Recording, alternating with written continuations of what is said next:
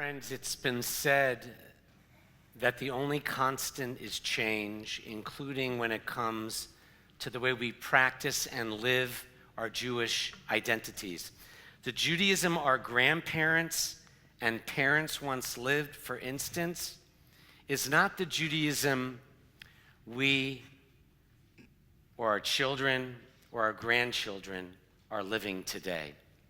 Same Shabbat candles, same L'chadodi words, same Passover holiday, same Hanukkah, but the world is a different place. So too are changing melodies, choice of Haggadahs, even Jewish foods, depending on the time and place in which we find ourselves. Even within this storied congregation of 170 years, times have certainly changed, thank goodness.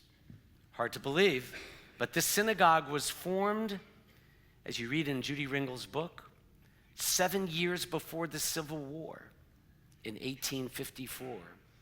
Still, there were no female clergy at Temple until the 1980s. Reform Judaism arose in 1800, actually just around the time of Hasidic Judaism, same time period, in response to changing times and history itself, emphasizing that our relationship with God and to each other are evolving, ongoing, didn't end at Mount Sinai or when the Talmud was completed 1,500 years ago.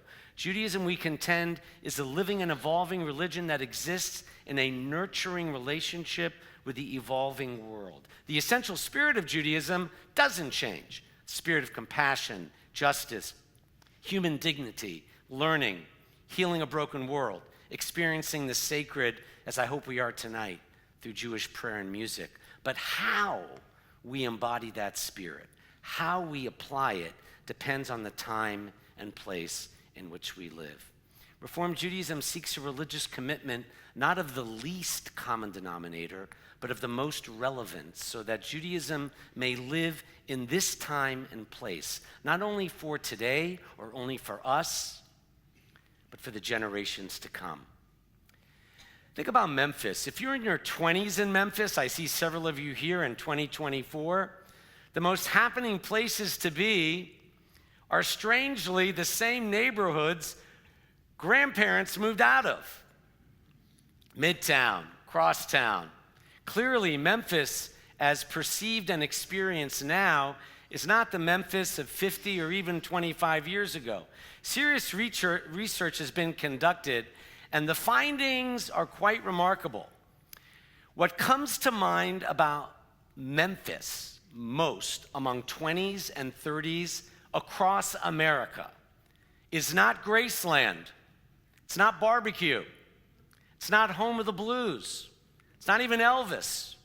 Guess what the two words researchers heard most after interviewing thousands and asking them what comes to mind when you hear Memphis?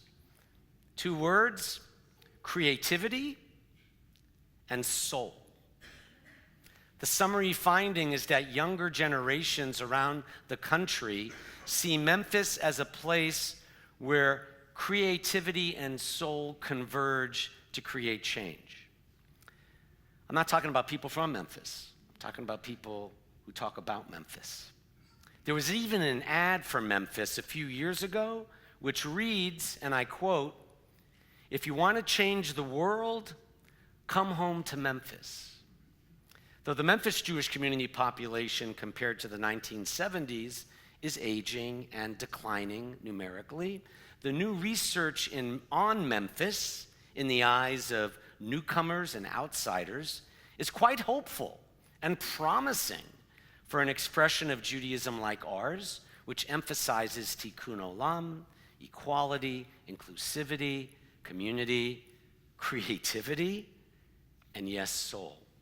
Seeing the future with new eyes is the dominant theme in this week's Torah portion from the book of Numbers, chapters 13 through 15. Shlach lecha, in Shlach, 10 of the 12 representatives of the tribes Moses sends to scout out the land of Israel. 10 of the 12 come back with a negative report.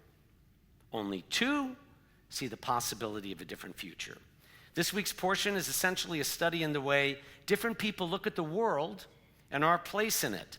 Caleb and Joshua view the same land the other 10 see, yet only Caleb and Joshua perceive that despite challenges, it's still possible to thrive. As Eleanor is saying, there's still hope.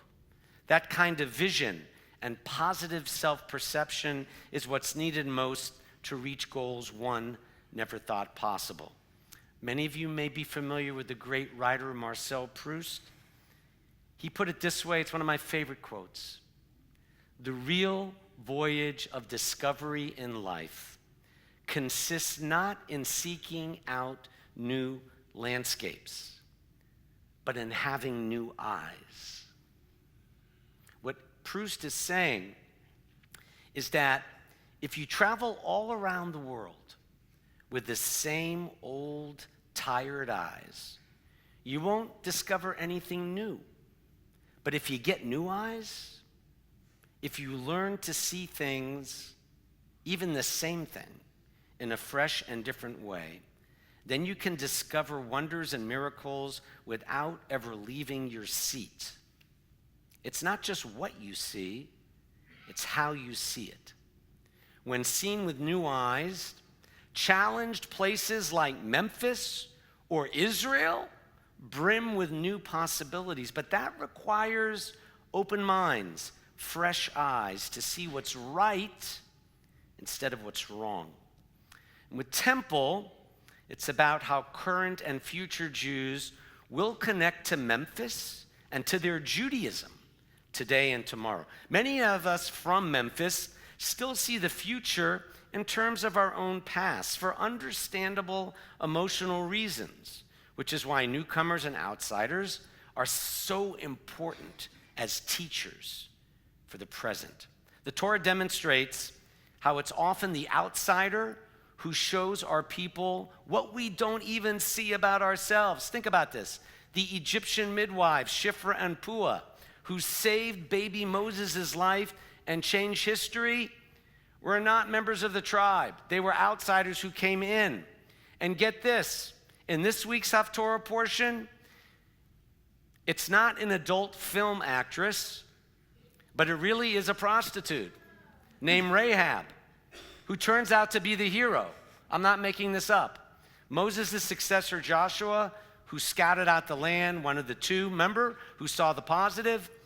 In the Haftorah, he sends 2 spies to scout out the city of Jericho. The king of Jericho hears about these people like Joshua, and he goes to Rahab, the innkeeper, who kept a house. I'll leave it at that. By the way, the Talmud says that she was among the 4 most beautiful women in the world, along with Sarah, Esther, and King David's wife, Abigail. Rahab, the outsider, defies the king's order because she appreciated something special in the Jewish people others don't see, including ourselves. She takes the spies to the roof, hides them, and before the men can go to sleep, she climbs back up to the roof and she says, this is Rahab, I know that you belong here. We've all heard about the miracle when your people left Egypt. Clearly, the one God whom you worship, listen closely, this is her words, is the only God in heaven above and on earth below.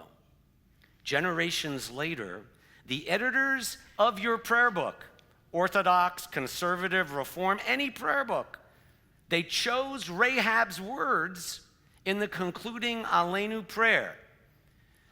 Ki Adonai hu Elohim b'shama. You know, everyone chants that, but no, most people don't think it's the words of Rahab. For the Lord your God is the only God in heaven above and on earth below. Every Jewish worship service ends with this hope for the coming of a more just and peaceful world. But envisioning that future did not come from Moses or Abraham.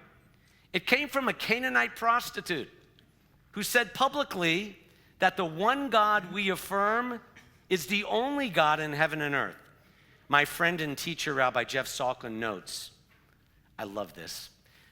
Rahab, whose Hebrew name, Rachav, means broad, not in terms of abroad, but broad. It signifies that Rahab, she broadened the story of the Jewish people for us.